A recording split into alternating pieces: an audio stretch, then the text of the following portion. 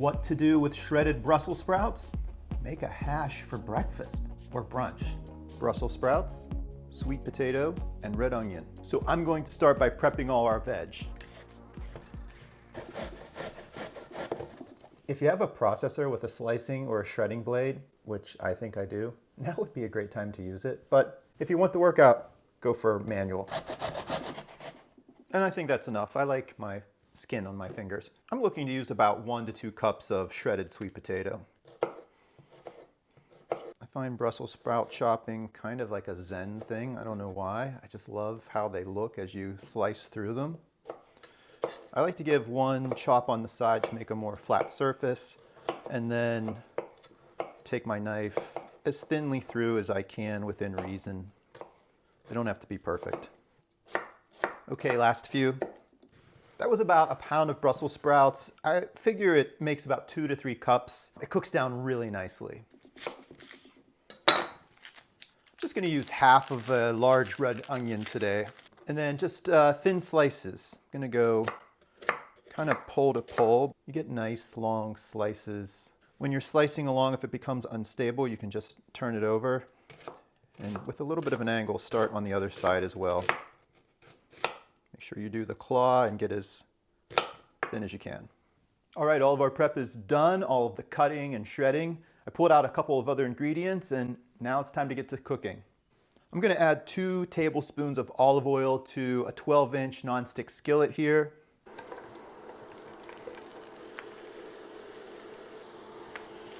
Get all the veg in the skillet. We're on about a medium-high heat. We're gonna keep giving everything a toss occasionally. Leave it alone for a couple minutes so it can caramelize on the bottom of the pan. A bit of salt, some pepper.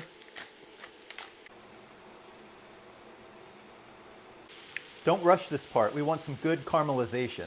This has been cooking for about 10 to 15 minutes. We've got some really good caramelization here. I'm gonna add some cooked lentils now. These were just cooked to package directions. Give those a stir a bit to incorporate them in. That was about half a cup of lentils. Make sure to scrape all the brown off the bottom of the pan.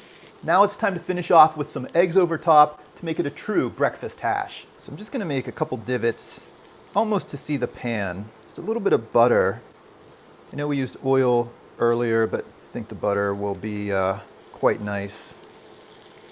And now we'll add our eggs over top. I like putting them in a little bowl first to make sure we don't get any shell. Last egg, a little salt, pepper.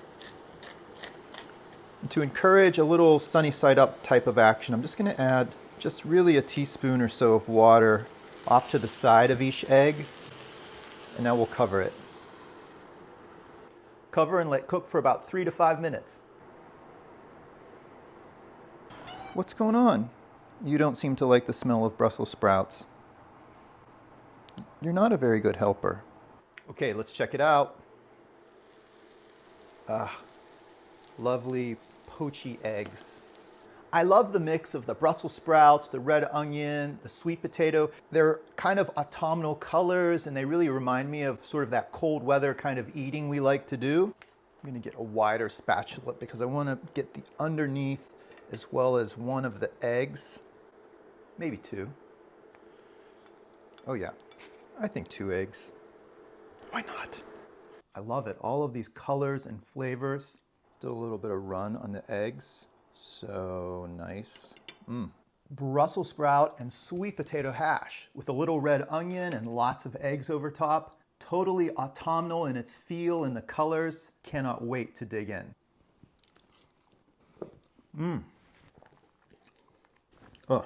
All of those nice, sweet, caramelized flavors on the Brussels and that sweet potato and the red onion.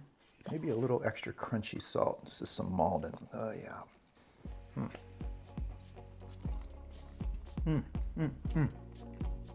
And peel and grate your sweet pepper.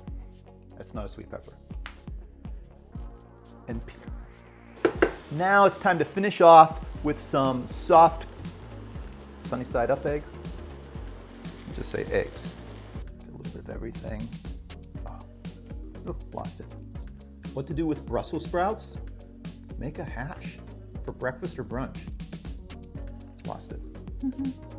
What to do with Brussels sprouts? Make an autumnal themed hash for breakfast. Stay on my fork.